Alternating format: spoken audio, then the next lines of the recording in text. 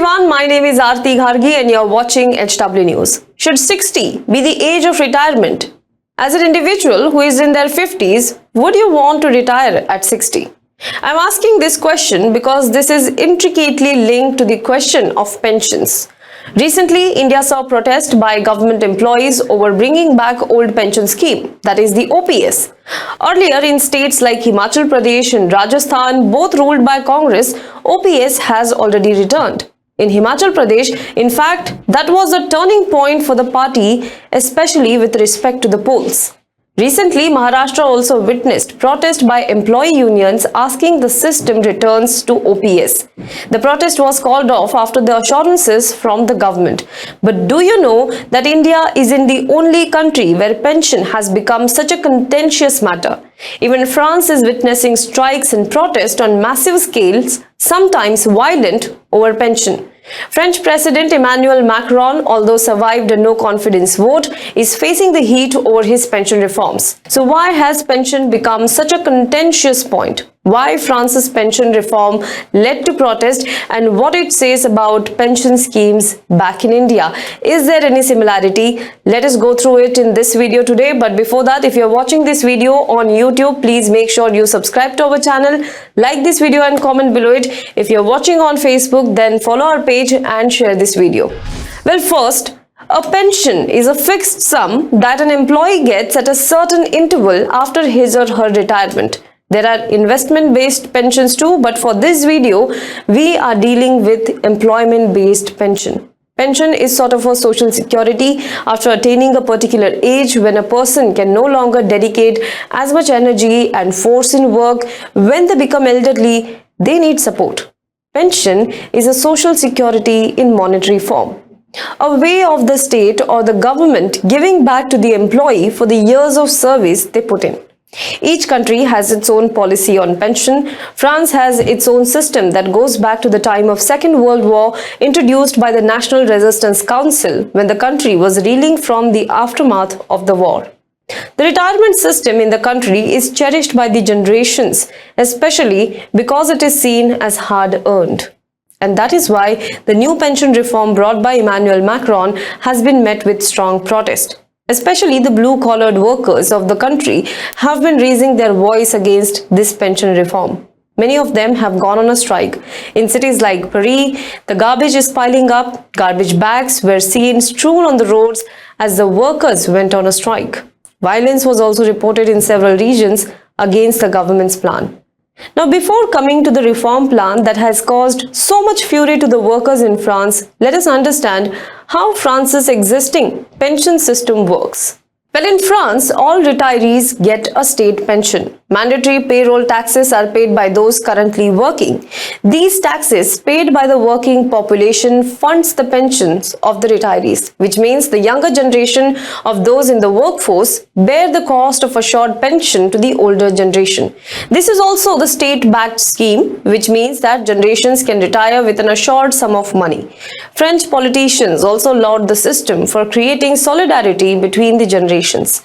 However, there is a problem. While the life expectancy in the country has increased, so has its aging population. This means more people retiring every year than those entering workforce. If this trend continues, the government believes the current pension system will fall short in the coming decades. According to the administration's projections, while there were 2.1 workers putting money into the system for every one retiree in 2000, this figure dropped to 1.7 workers per retiree in 2020 and is expected to further slide to 1.2 by 2070. What does the pension reform plan then propose? Well, the pension reform has always been on the agenda of Emmanuel Macron. It was also included in his presidential campaign. As per the pension reform, the French government plans to gradually raise the age of retirement. Currently, the retirement age in France is 62, minimum among all the European nations.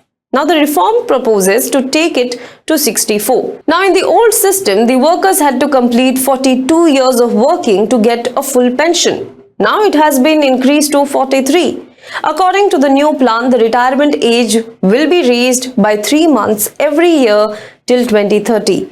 There are certain exceptions though. Those who started working between the ages of 14 to 19 will be able to seek early retirement, as will public workers engaged in physically or mentally arduous jobs. The government also says that it will put in place a seniors index to check if companies are making progress in hiring and training seniors so that they don't get left out as the retirement age increases.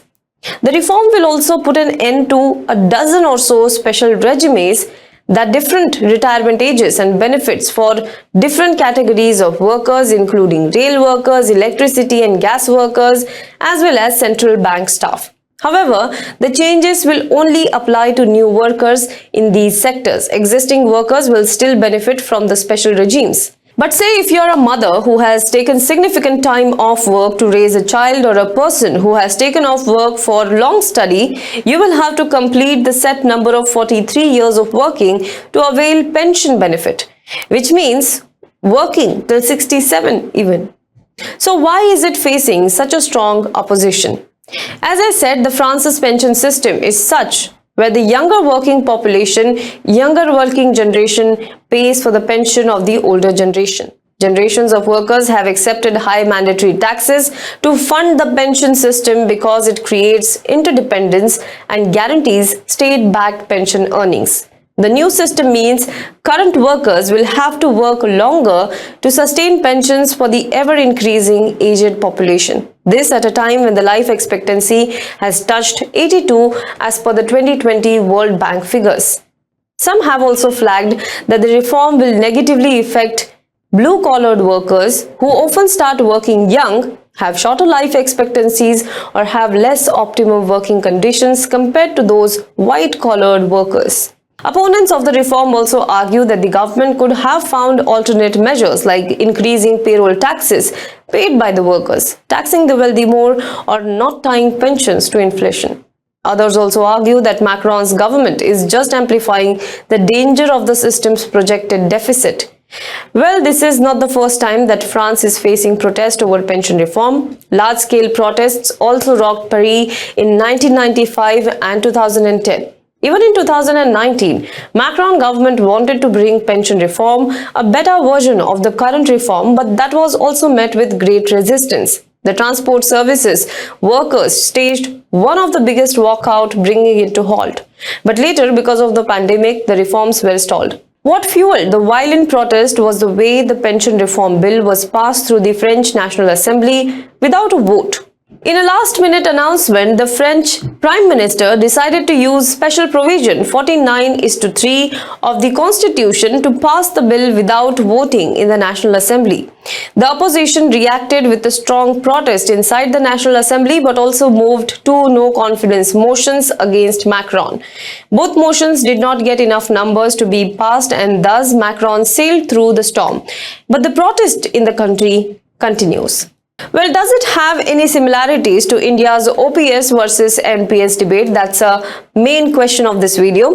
Well, the answer is yes. The France's pension debate does look a repeat of India's pension debate too. In India, many states have returned to old pension system, especially those ruled by opposition, but the RBI has warned against it. In the OPS, there is a fixed formula for pension. 50% of the last drawn salary of the employee is given as a pension. This is also adjusted to inflation, which means it gets revised as inflation increases. As per the old pension scheme, this pension was fully backed by the state. There was no specific provisional fund which was only meant for the pension. That means the current working population of India bore the burden of pensions for the retirees. This system was, however, stopped in 2004 by Atal Bihari Vajpayee-led BJP government, and subsequently NPS, that is National Pension Scheme, was introduced in the country. Under this, a certain amount is deducted from the employee's salary during his working years every month. Employee contributes 10% of his salary and dearness allowance, while the government contributes 14%. Now, this money is used to pay for his own pension after he retires at fixed sum. Much like how insurance companies design their pension scheme, the only difference here is investment premium is replaced by salary deduction.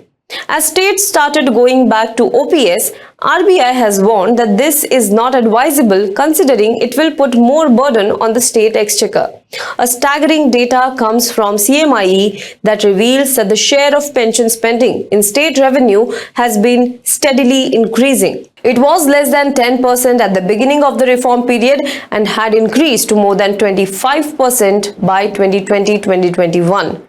According to SBI's 2022 Eco-Wrap, if all states switch back to OPS in India, the pension liabilities of all the states will be in the bracket of 31 lakh crore.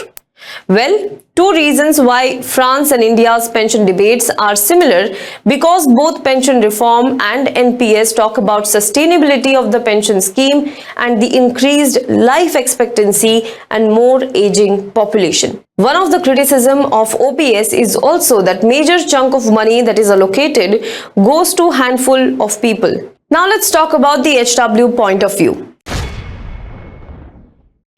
Well, the fundamental flaw with the old pension scheme is that there is no special corpus for the pension payout. This means that taxes paid by the working population is used to pay pension for the retirees. Considering that older population is increasing along with the life expectancy, that means pensions will have to be given to more people and for longer period. The state's burden of this will eventually be passed on to people in form of increase in tax levied. The state's revenue spending should be more focused on younger population, the future of the country. But that does not mean the older population should not have social security. The NPS provides a middle ground where the aging population gets fixed sum every month after retirement, the pension, whereas the working population does not have to bear the burden of it. In fact, NPS seems to be receiving good response from people as well. In 2022, the government revealed that 83% of NPS subscribers who have reached the age of 60 choose to continue investing beyond maturity. Instead of opting to receive the pension and withdraw part of the NPS corpus, subscribers are extending the accumulation phase well into the retirement. The pension vehicle currently allows subscribers to invest up to the age of 75. Well, that's all for this video. Share your thoughts in the comment box below and tell us what you think, which one is better, whether it is OPS or NPS. Do let us know so we can also have a discussion on this in the comment box as well. We can also know what are your thoughts on this. For more news and updates, you can log on to www.hwnews.in.